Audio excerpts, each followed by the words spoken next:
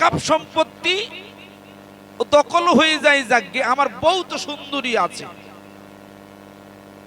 কদিন পরে আপনার বউকে আপনার বাড়ির থেকে চুলের মুঠি ধরে টেনে নিয়ে যাবে, তখন যদি হুঁশ ফেরে মুসলমানদের, ঠিক না বেটি? ভালো করে বুঝবেন ওয়াজটা। এই জন্য আওয়াজ যত চেপে যাবে ততই কিন্তু পানি গরম হবে আমাদের ছাল ছাড়ানোর জন্য। বলুন নাউজুবিল্লাহ। এই জন্য আওয়াজটাকে আপনার তীব্র করতে হবে। এই আওয়াজ গোঘাট থানা থেকে দিল্লির মসনদে পৌঁছে যায়। বলুন সুবহানাল্লাহ। নারায়ে তাকবীর, নারায়ে তাকবীর।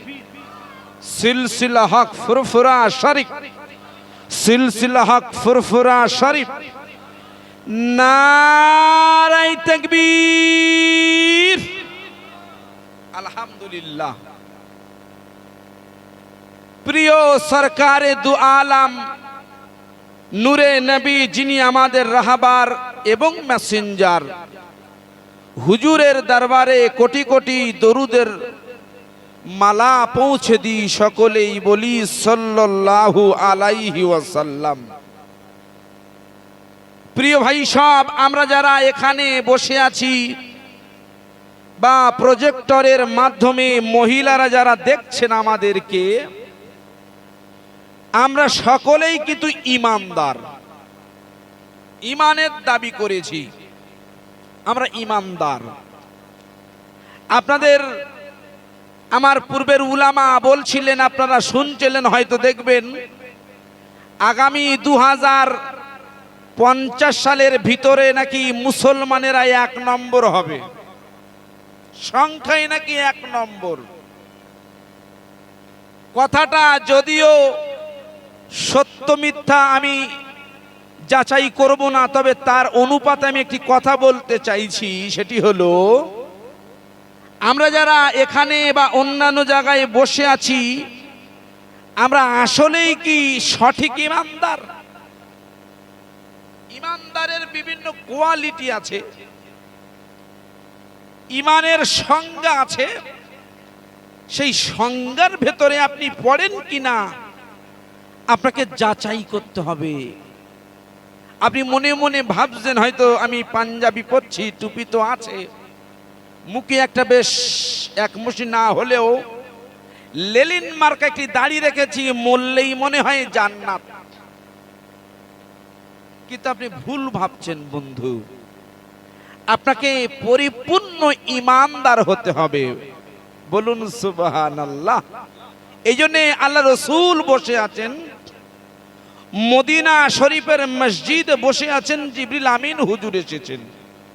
কে এসেছেন? জিবরিল আমিন।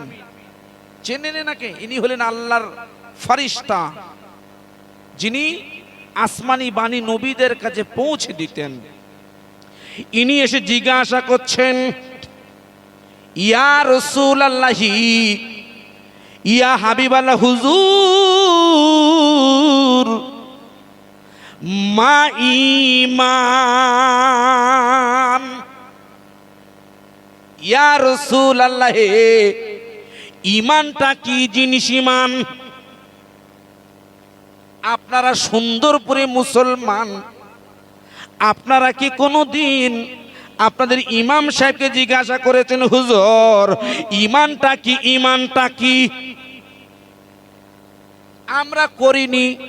কেন? আমরা ঈমানদার তো। খুব ভালো করে বুঝবেন বন্ধু, আলোচনার টপিকটা বুঝে নিন। আল্লাহর ফেরেশতা জিবরিল আমিন ওরফে রুহুল আমিন বলছে, হুজুর ঈমানটা বলে দিন না হুজুর, ঈমানটা বলে দিন। বুখারী মুসলিমের হাদিসটা খুলবে, আল্লাহ রসুল বলেছেন, আল ঈমানু আন তুমিনু বিল্লাহ। ঈমান হলো আল্লাহর প্রতি বান্দাদের বিশ্বাস করা।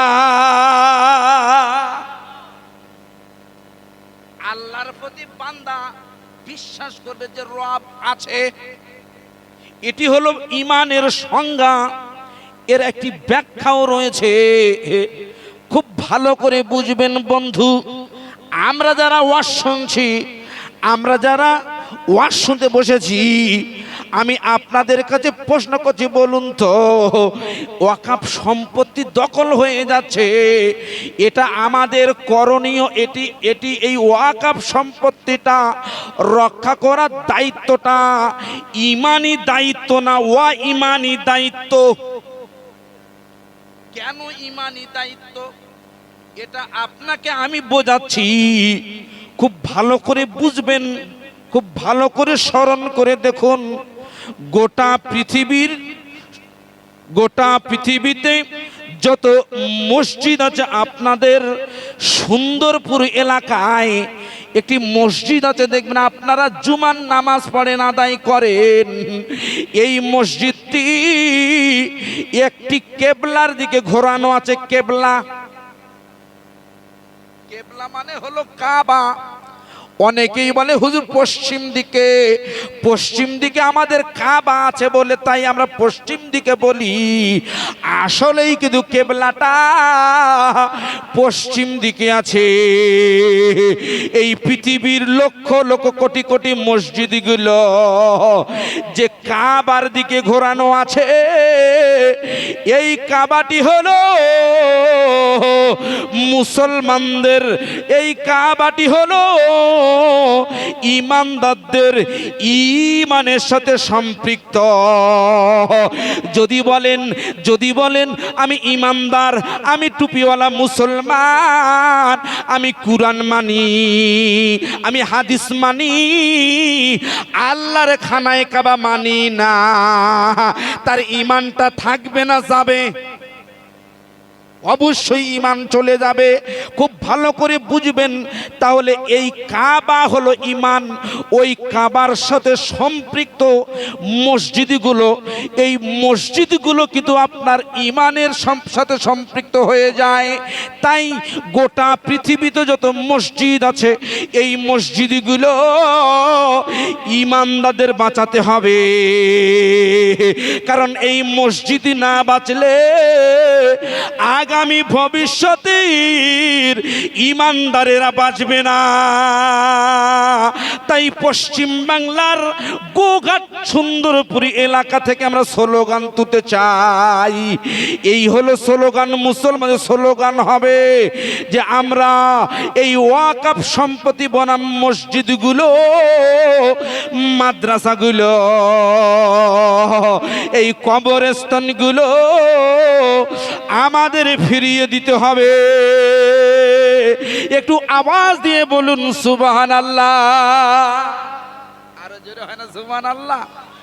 নারে তাকবীর।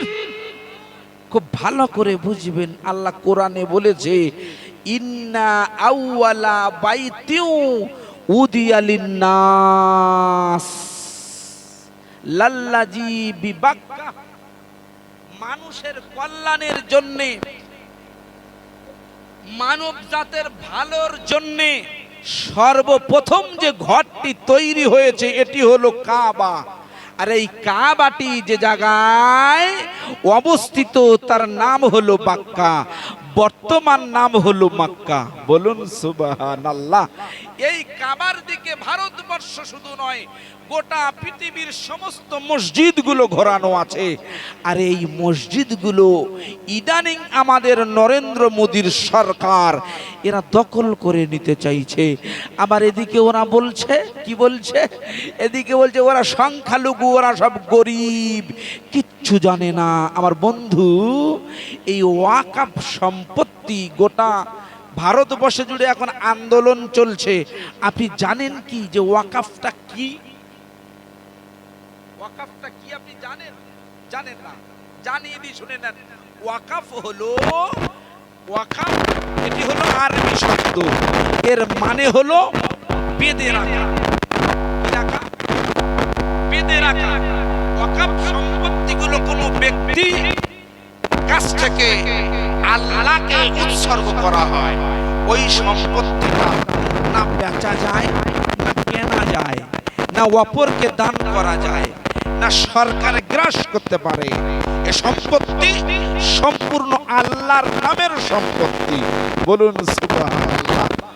এই সম্পত্তিটা সুকৌশলভাবে পরিকল্পনা করে দিল্লির মসনদ থেকে ওরা কলমের কালি দিয়ে গুঁতো দিয়ে ওরা ভারতবর্ষের মুসলমানদেরকে ভূমিহারা করতে চাইছে, ঈমান হারা করতে চাইছে। আজকের প্যালেস্টাইনের মুসলমানদের বাইতুল আকসা, জেরুজালেম, ওই যে বাইতুল মুকাদ্দাস, এই মসজিদটাকে নেতানিয়াহু সরকার যেমন দখল করে নিতে চাইছে, যুদ্ধ করে মিসাইল ফেলে কামানের গোলা দিয়ে, ওর পন্থাটা আলাদা। কিন্তু আমাদের নরেন্দ্র মোদী প্রধানমন্ত্রী, ইনি ভারতবর্ষের সবার প্রধানমন্ত্রী, ইনি এই বিলটাকে অ্যামেন্ডমেন্ট করে সংশোধন করে মুসলমানদের নাকি ভালো করতে চাচ্ছে। কিন্তু যে মুসলমানেরা এই ভারতবর্ষে লাগাতার মার খায়, লাঞ্ছিত হয়, বঞ্চিত হয়, যে মুসলমানেরা প্রত্যেকটা সময় সংখ্যালঘু বলে গালি খায়, এই মুসলমানদেরকে কোন নরেন্দ্র মোদী ভালো করতে পারে? খুব ভালো করে বুঝবে, ভালো করতে পারে না। তাই আমি আপনাকে বলতে চাইছি, এই ওয়াকফ সম্পত্তি আপনি জানেন লক্ষ লক্ষ একর বিঘা জমি এই ভারতবর্ষে আল্লাহর রহমতে আমাদের পূর্বপুরুষরা দিয়ে গেছেন। আপনি জানেন না ওয়াকফটা কবে থেকে শুরু হয়েছে?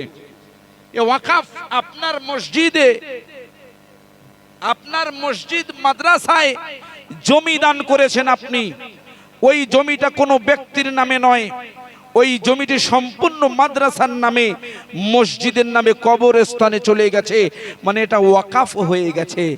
এই সম্পত্তিগুলো দখল করে নিতে চাইছে। কিন্তু আপনি জানেন না সেটি হলো এই ভারতবর্ষে ওয়াকফ সম্পত্তি কবে থেকে শুরু হয়েছিল। গোটা পৃথিবীতে মুসলিম কান্ট্রি একাধিক আছে, কিন্তু অন্যান্য রাষ্ট্রে যেমন তুরস্ক থেকে শুরু করে, পাকিস্তান থেকে শুরু করে, বাংলাদেশ থেকে শুরু করে, ইন্দোনেশিয়া থেকে শুরু করে অন্যান্য মুসলিম কান্ট্রিতে ওয়াকফ সম্পত্তি নেই। আমাদের ভারতবর্ষে ওয়াকফ সম্পত্তি আছে একাধ বিঘা নয়, প্রায় 9 লক্ষ একর জমি এই ভারতবর্ষে মুসলমানদের সম্পত্তি, যেটা মাসিক ভাড়া যদি হিসাব করা যায়, প্রত্যেকটা মুসলমানের 40 কোটি মুসলমানের মাসিক যদি দেওয়া যায়, প্রায় মাথা পিছু 4 থেকে 5,000 টাকা করে আপনার আমার বাড়িতে ঢুকবে। আমার বন্ধু, এত সম্পত্তি ওরা ওয়াকফ বোর্ডের আন্ডারে আছে, এরা দখল করে নিতে চাইছে সুকৌশলে।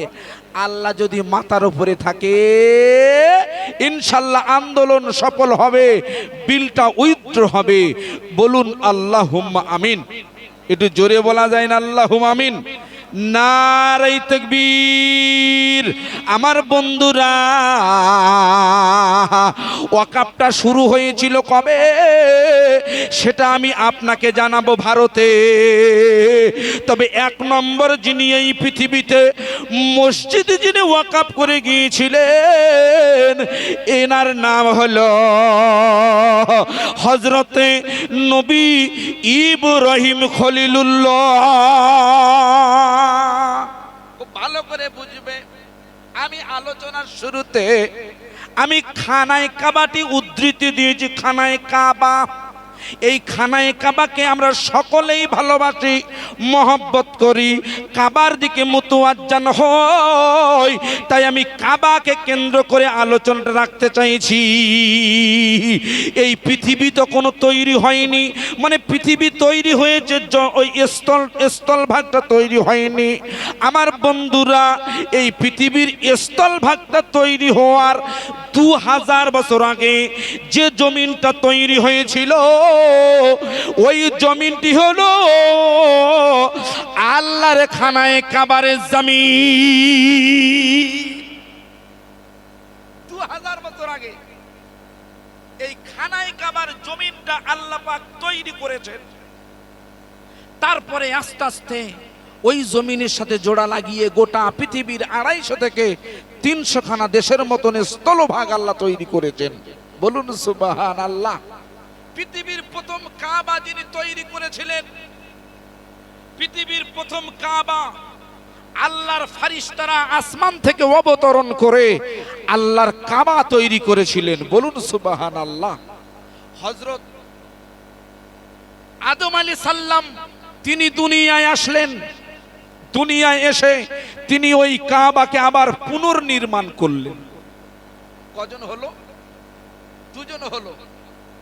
তারপরে খুব ভালো করে বুঝবেন, হযরত নবী শীষ আলাইহিস সাল্লাতু ওয়াস সালাম তিনি ওই কাবাটাকে আবার পুনর্নির্মাণ করলেন। কজন? তিনজন হলো। তারপরে নবী ইব্রাহিম এসে গেলেন। এই পৃথিবীতে এসেছে, কাবার কোনো চিহ্ন নাই। তার কারণ হলো পৃথিবীর আবহের বর্তনে ওই কাবাটা নিশ্চিহ্ন হয়ে গেল, কাবার ভিতটা হারিয়ে গেল। আল্লাহ কোরআনে বলে দিল, হে নবী ইব্রাহিম, হে নবী ইব্রাহিম, আমি আল্লাহ বলছি তুমি আমার একটি ঘর তৈরি করো, ঘর নির্মাণ করো। নবী ইব্রাহিম আলাইহিস সালাতু আসসালাম বলে, ইয়া রাব্বুল আলামিন, ও আমার আল্লাহ তাআলা, আমি কেমন করে ঘর বানাবো? বলে তুমি পৃথিবীর মাঝখানে ঘরটা বানাও, পৃথিবীর মিডিলে, পৃথিবীর মিডিলে ঘরটি বানাও। নবী ইব্রাহিম বলছেন, আল্লাহ আমি কি করে বুঝো পৃথিবীর মাঝখান কোনটা? আরে আমার কাছে তো ফিতা নাই, আমার কাছে তো কোনো ইঞ্চি টেপ নাই, কিছু নাই, যন্ত্র নাই, আমি কি করে পৃথিবীর মিডিলটা হিসাব করব? ওই সময় আমার আল্লাহ তাআলা একটি হাওয়া পাঠিয়ে দিয়েছেন, তার নাম সাকিনা। আল্লাহ বলে, নবী ইব্রাহিম, ও নবী ইব্রাহিম, আমি এই সকিনা পাঠাচ্ছি। সকিনাটা, এই সকিনা যে জায়গায় গুলোবে, মানে গুলন হাওয়া দেখবে, ওই গুলন হাওয়া আরবিতে সকিনা বলা হয়। এই গুলন হাওয়াটা যে জায়গায় গুলাবে, তুমি ওই জায়গায় কাবার ভিতটা বানাবে। আল্লামা কামালউদ্দিন দামিরি হুজুর হায়াতুল হায়াওয়ান কিতাবটা খুলে দেখে নেবেন। হুজুর আমার বর্ণনা করেছেন, মারাত্মক ইসলামিক চিন্তাবিদ, ইসলামিক দার্শনিক। তিনি বলছেন চতুর্থ নম্বরে নবী ইব্রাহিম আলাইহিস সালাতু ওয়াস সালাম উনি কাবা তৈরি করার জন্য প্রস্তুতি নিয়েছেন। গোলন হাওয়া এসে গেল, এক জায়গায় গোলানো শুরু করে দিল। ওই জায়গায় আল্লাহর নবী ইব্রাহিম খলিলুল্লাহ, ইসমাইল জবিহুল্লাহ, আল্লাহর কোরআন বলছে, ওয়াইজ ইয়ারফাউ ইব্রাহিমুল কওয়াইদা মিনাল বাইতি ওয়া ইসমাইল, নবী ইব্রাহিম আর ইসমাইল মিলে ওই খানায় কাবার ভিতটা দিয়ে দিয়েছিলেন। একটু চিল্লে বলা যায় না সুবহানাল্লাহ? নারাই তাকবীর, নারাই তাকবীর। ওই কাবাটা তৈরি করে উনি তাওয়াফ করলেন। মাতওয়াফে তাওয়াফ করে উনি পানি পান করলেন, জামজামের পানিটা পান করলেন। আর তিনি ওখান থেকেই ঘোষণা করে দিলেন যে এই খানায় কাবাটি আমি ওয়াকফ করে দিলাম আল্লাহর নামে। বলুন সুবহানাল্লাহ। কিন্তু বর্তমান সৌদির গভর্নমেন্ট এত বড় হারামি, এই কাবাকে নিয়ে বিজনেস করে, ওরা ইমানটাকে নিয়ে বিজনেস করে, মানুষের ইমান নিয়ে বিজনেস। কি করে বিজনেস? আল্লাহ বলছে হজ হলো ইমানের সাথে সম্পৃক্ত। হজ হলো ইমানের সাথে। এরা সেই হজটা বেচে খায়। তেল বেচে খাচ্ছি খা, তেল বেচে খাচ্ছি খা, ও হয় না, ও হজ বিক্রি করতে হবে। তাই এবছরে 4 লাখ থেকে 5 লাখ টাকা হাজিরা হজ করতে পারে না, ওমরায় গিয়ে কাজ ছেড়ে দেয়। বলুন ঠিক না বেঠিক? খুব ভালো করে বুঝবে, ও হজ বিক্রি করে খাচ্ছে। আর আমাদের নরেন্দ্র মোদী মুসলিম দরদি, এ আমাদের গোরস্থানগুলো, মসজিদের জায়গাগুলো আদানি আর আম্বানিদের হাতে তুলে দিচ্ছে। মুসলমানেরা মরবে, এদের লাশগুলো সব পুড়িয়ে দেব, তোরা সব গোরস্থানে টাওয়ার বসা। ঠিক না বেঠিক? খুব ভালো করে বুঝবেন আমার বন্ধুরা। সুতরাং মুসলমানদের দুর্দিন এসেছে, এই দুর্দিন থেকে আল্লাহ পাকের কাছে হেফাজতের জন্য দোয়া চাইতে হবে। তাই নবী ইব্রাহিম খলিলুল্লাহ ওই কাবাকে যখন ওয়াকাফ করেছে, ওই কাবাকে যখন ওয়াকাফ করে দিয়েছে, আজকের মুসলমানেরা, বিশেষ করে ভারতীয় ঈমানওয়ালারা, পশ্চিম বাংলার মুসলমানেরা, আমাদের সুন্দরপুরের মুসলমান ভাইয়েরা এই মসজিদের জন্যে, মাদ্রাসার জন্যে, খানকার জন্যে, দরগার জন্যে, কবরস্থানের জন্যে শয়ে বিঘা জমিটা ওয়াকফ করে দেয়। আর এরা সেটা নেওয়ার জন্য ওত পেতে বসে আছে। আল্লাহ যেন শুকনো বাস ফেলে মেরে দেয়। বলুন সুবহানাল্লাহ। এটি জোরে হয় না সুবহানাল্লাহ? আমার ভাই সবেরা খুব ভালো করে শুনতে থাকুন, আমি যেটা আপনাকে বোঝাতে চাইছি। তাহলে খানায়ে কাবা তৈরি হয়ে গেল 4 নম্বরে। 5 নম্বরে যিনি খানায়ে কাবা বানালেন, মানে 5 নম্বরে খানায়ে কাবা মানে ওই খানায়ে কাবার আলাদা কোনো খানায়ে কাবা না।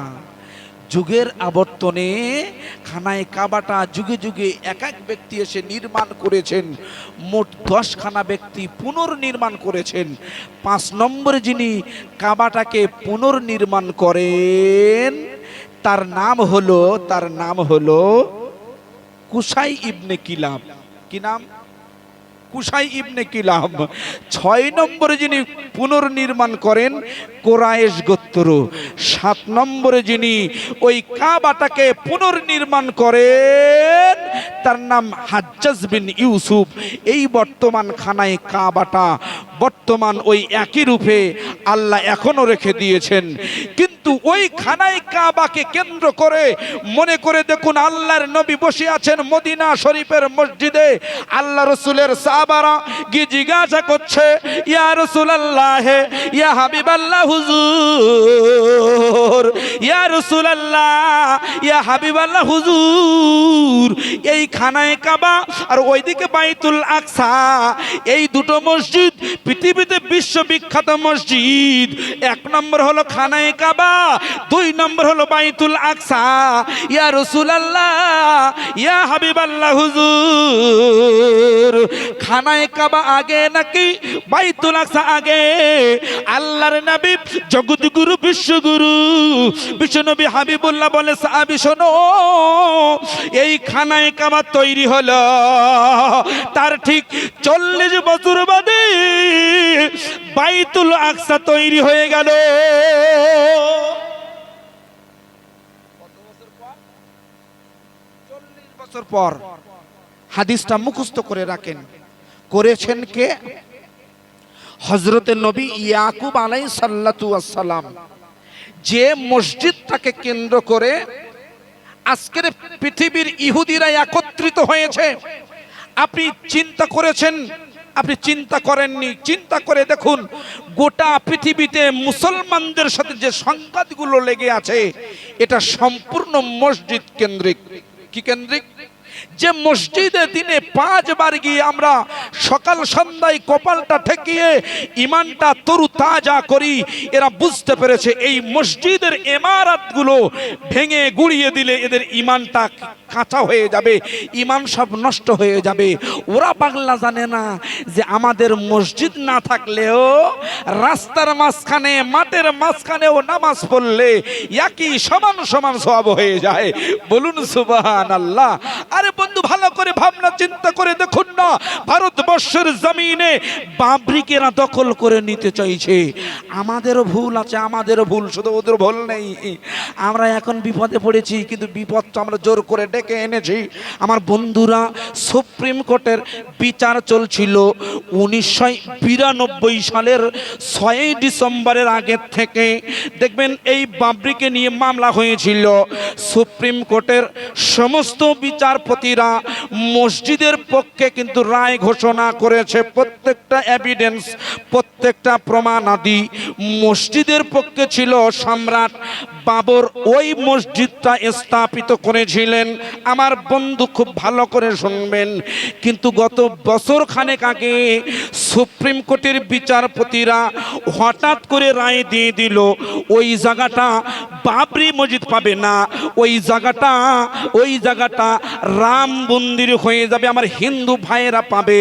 আমি জুলফিকার আজিজি, আমি একজন ভারতীয় মুসলমান। আমি পাকিস্তান থেকে আসেনি, আমি বাংলাদেশ থেকে আসেনি, আমি আফগানিস্তান থেকে আসেনি। আমি একজন অরিজিনাল ভারতীয়। তাই আমি ভারতীয় হিসাবে এটা আমি চাইতে পারি আমার হিন্দু ভাইয়েরা এই হিন্দুস্তানে বসবাস করে। ওদের বিশ্বে আর কোনো কান্ট্রি নেই, দেশ নেই। ওরা এই হিন্দুস্তানে, ভারত ইন্ডিয়াতে শুধু বসবাস করে। আমরা মুসলমানেরা আমরা ভারতে থাকি, বাংলাদেশে থাকি, পাকিস্তানে থাকি, ইন্দোনেশিয়ায় থাকি, আমেরিকায় থাকি, জাপানে থাকি। প্রত্যেকটা দেশে মুসলমানের আছে। আমার হিন্দু ভাইয়েরা ওদের করুণ অবস্থাটাও আমাদের একটু বিচার করা দরকার। আমরাও চেয়েছিলাম প্রত্যেকটা ভারতীয় ও অবশ্যই একটি রাম মন্দির হোক। এই গোটা ভারতবর্ষ জুড়ে, গোটা বিশ্বের মাঝখানে মাথা উঁচু করে একটি রাম মন্দির এখানে তৈরি হোক। কিন্তু কোনো বিবেকবান হিন্দু, কোনো বিবেকবান মুসলমান এটা কি কোনোদিন চেয়েছিল যে মুসলমানদের বাবরি মসজিদটাকে ধ্বংস করে ওই জায়গায় বাবরি মসজিদ ধ্বংস করে রাম মন্দিরটা তৈরি হোক? আমরা কিন্তু কোনোদিন এটা আশা করিনি। আমরা আশা করেছিলাম একটি মন্দির হোক, তবে আলাদা জায়গায়। আমার বন্ধুরা খুব ভালো করে বুঝবেন আমার বিষয়টা। আমরা ভুল করেছি যখন ওরা অবৈধভাবে জোর করে আমাদের উপরে অত্যাচারিত ভাবে ওই বাবরি মসজিদটাকে বাবরি মসজিদের জায়গা ওয়াজত দেয়। ওরা যখন রাম মন্দির বানিয়েছিলেন, আমরা সম্প্রীতির কথা খেয়াল করে, আমরা বন্ধুত্বর কথা খেয়াল করে ভারতবর্ষকে ভালোবাসি বলে আমাদের হিন্দু ভাইদেরকে আমরা ছেড়ে দিয়েছিলাম। ওরা মন্দির বানাগে, আমাদের কোনো আপত্তি নেই। আমাদের সুন্দরপুরে মসজিদ আছে, দিল্লির জামা মসজিদ আছে, আমাদের হুগলির মসজিদ আছে, মাদ্রাসা আছে। ওরা ওটাকে নিয়ে নিগে। আমার বন্ধুরা ওরা ওই জায়গা থেকে পরিকল্পনা করে, সুকৌশল করে গোটা ভারতবর্ষের মুসলমানদের ইমানটা টেস্ট করে নিয়েছে। ওরা ভেবেছে মুসলমানদের ইমানটা কাঁচা হয়েছে। বাবরি দখল করেছি, জ্ঞান ব্যাপী দখল করব, সম্বল দখল করে নেব, ওয়াকাফটা গোড়া ধরে উপরে ফেলে দেব, মুসলমানদের কচুকাটা করব, এখান থেকে টেনে টেনে পাকিস্তান নয় বাংলাদেশে ফেলে দেব। কিন্তু আমাদের ভারতবর্ষের বর্তমান পিএমজি, ওনার মনে হয় ইতিহাসটা জানা নেই। 1947 সালে যখন দেশটা ব্রিটিশরা তখন কবজা করে রেখেছিল, এই ভারতবর্ষটা যখন ব্রিটিশরা আঁকড়ে ধরে ভারতের অর্থ সম্পদগুলো যখন ওরা বয়ে বয়ে বয়ে বয়ে ব্রিটেন লন্ডনে নিয়ে পাচার করে দিয়েছিল, আমরাই টুপিওয়ালারা, আমরাই মুসলমানেরা কলকাতা থেকে শুরু করে গোটা ভারতবর্ষে আলেম উলামারা এদের জাহান থেকে জাহানগুলো বার করে দিয়েছে, রক্তগুলো বার করে দিয়েছে। এরা সময় দিয়ে, রক্ত দিয়ে, শ্রম দিয়ে নিজের জীবনটা এই ভারতবর্ষের জন্য উৎসর্গ করে দিয়ে 1947 সালে হিন্দু মুসলমান জৈন সকলের বন্ধুত্বর মাঝখানে, সকলের আন্দোলনের ফলে এই ভারতবর্ষটা স্বাধীনতা অর্জন করেছিল। আরো জোরে হয় না সুবহানাল্লাহ? নারে তাকবীর।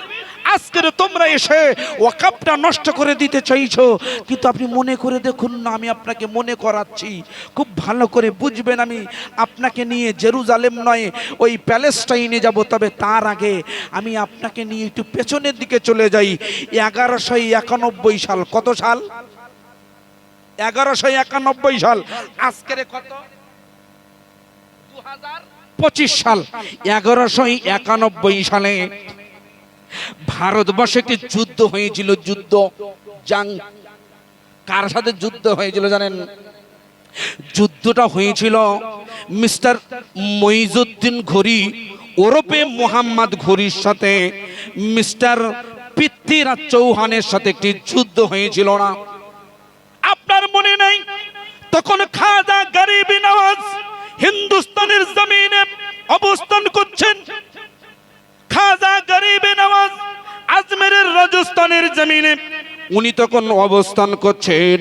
ঠিক সেই সময়ে রাজা পৃথ্বীরাজ চৌহান ইনি ওই দিল্লি থেকে শুরু করে রাজস্থান আজমেরের উপর এনার কিন্তু রাজত্ব ছিল, রাজত্ব।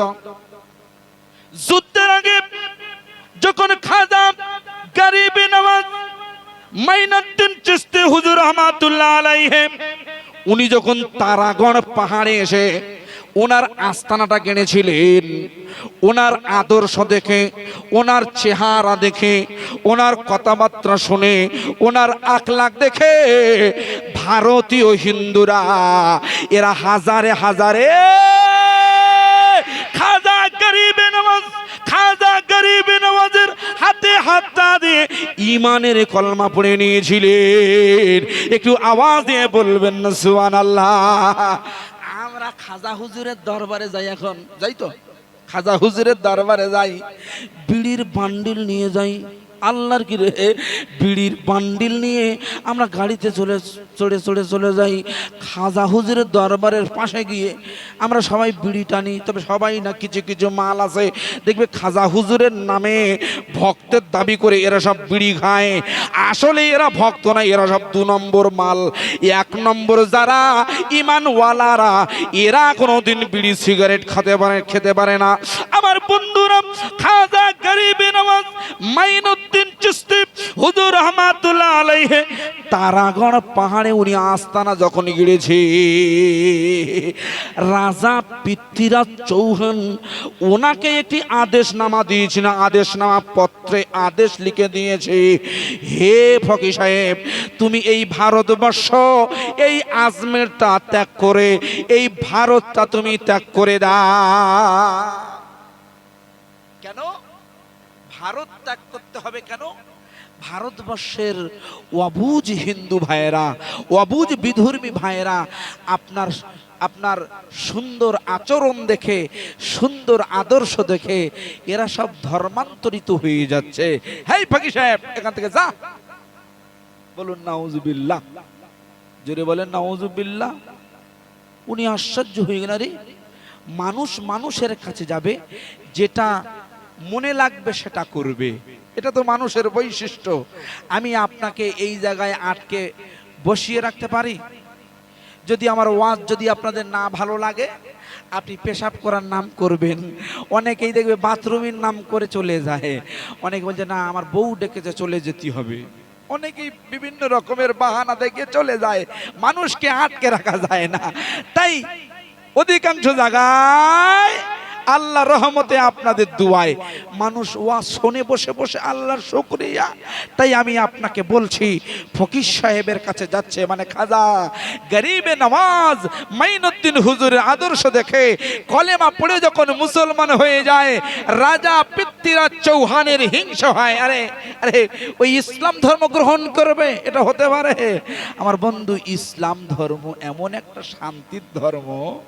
দেখুন, আচ্ছা আপনাদের এলাকায় আমাদের ধর্ম থেকে কেউ যদি বেরিয়ে যায়, আমাদের ধর্ম থেকে বেরিয়ে যায়, আমাদের কোনো আফসোস হয়? তুই তোর জীবন নিয়ে বেরিয়ে গেছিস, তুই জাহান্নামে যাবি, জাগে না। আমরা তো কোনোদিন কাউকে ধরে রাস্তায় বলি নাই তুমি পড়ো লা ইলাহা ইল্লাল্লাহ মুহাম্মাদুর রাসূলুল্লাহ, বলেছি ভাই? আমাদের প্রয়োজন নেই, আমার আল্লাহরও প্রয়োজন নেই, রসুলেরও প্রয়োজন নেই। বলুন সুবহানাল্লাহ। ইমানটা মজবুত করতে গেলে, ইমানটা পরিপক্ক করতে গেলে আপনাকে বেশি বেশি করে রসুলকে এবং তার কুরআন এবং হাদিসের বায়ান অনুসারে জীবন যাপন আপনাকে করতে হবে। কাউকে ধরে কালমা পড়াতে হবে ইসলাম কোনোদিন বলেনি। যার ইচ্ছা হবে সে এসে কালমা পড়বে। তাই আল্লাহ রসুল বলেছেন, আমি যখন পৃথিবীতে এসেছি নূর হিসাবে, কদ জাকুম মিনাল্লাহি নূর, এই নূর আমি এসেছি। এই নূরটা যেখানেই যাবে সেখানকার মুসলমানেরা মুসলমান হয়ে যাবে। একটু চিল্লে বলা যায় না সুবহানাল্লাহ। খাজা গরিবে নওয়াজ হুজুরের সাথে যখন বিয়াদবি করেছে, হুজুর একটি কঠিন বদদোয়া করেছিলেন, ও পৃথ্বীরাজ চৌহান, আমি তোমাকে কথা দিয়ে দিলাম, তুমি আগামী কয়েক দিনের মধ্যে তুমি বন্দী হয়ে যাবে, বন্দী। রাজা পৃথ্বীরাজ চৌহান অবাক হয়ে গেলেন, আরে ফকির সাহেব তুমি বলো কি? বলে, হ্যাঁ আমি ঠিকই বলছি, আপনি আগামী কয়েকদিনের ভিতরে গ্রেফতার হয়ে যাবেন, আপনি বন্দী হয়ে যাবেন। রাজা পৃথ্বীরাজ চৌহানের রাগে শরীরটা টকবক করে ফুটছে। রাজা পৃথ্বীরাজ চৌহান রাগের মাথায় ঘোষণা দিলেন, ও আমার সেনাবাহিনীর শোনো, এই তারাগড় পাহাড় সংলগ্ন একটি সাগর আছে, সাগর, যে সাগরের নাম হলো আনা সাগর। আনা সাগর গিয়েছেন তো? পানি খেয়েছেন কি? গোসল করেছেন? করবেন বেশি বেশি করে।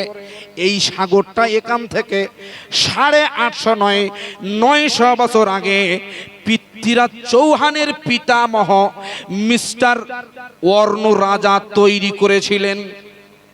কে তৈরি করেছিলেন? পৃথ্বীরাজ চৌহানের পিতামহ মানে দাদু।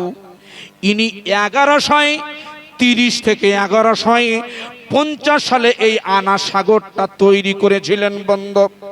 এই সাগরটি তৈরি করা, যার গভীরতা হলো